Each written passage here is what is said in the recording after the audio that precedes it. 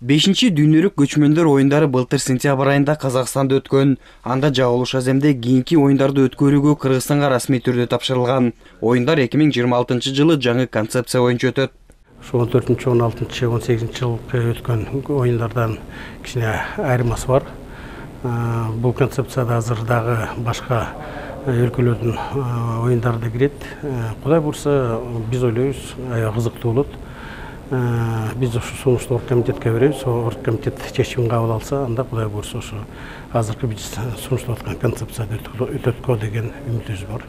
Жыйындын жүрүшүндө көчмөндөр оюндарынын ачылыш жана жабылыш аземин Бишкекте өткөрүү маселеси каралды. Анда тегерек столдун катышуучулары Борбор калаанын Орок айылында куруп жаткан 45 миңдик футболдук аянтчасын сунушташууда. Ал эми спорттук мелдештер болсо Ысык көлдүн жээгинде эле өтөт. Өткөрө турган шаарлар боюнча дагы мурун биз Ысык көл областында гана өткөрчүбүз.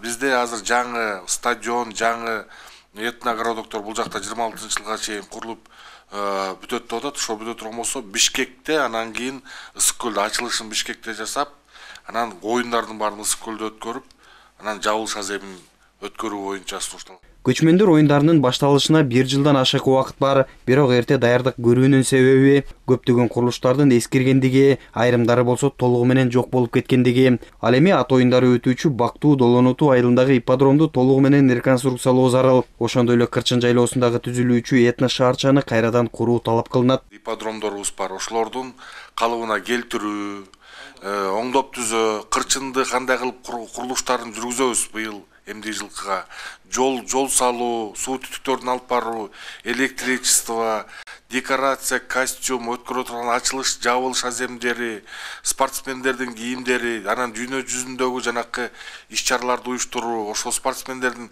келе турган канча мамлекет өз алып келет, биз канчасына билеттер даярдашып, биз срок менен бул ошо старттенге чейин биз бүт бардыгын бул секретариат иштеп чыгыш керек да.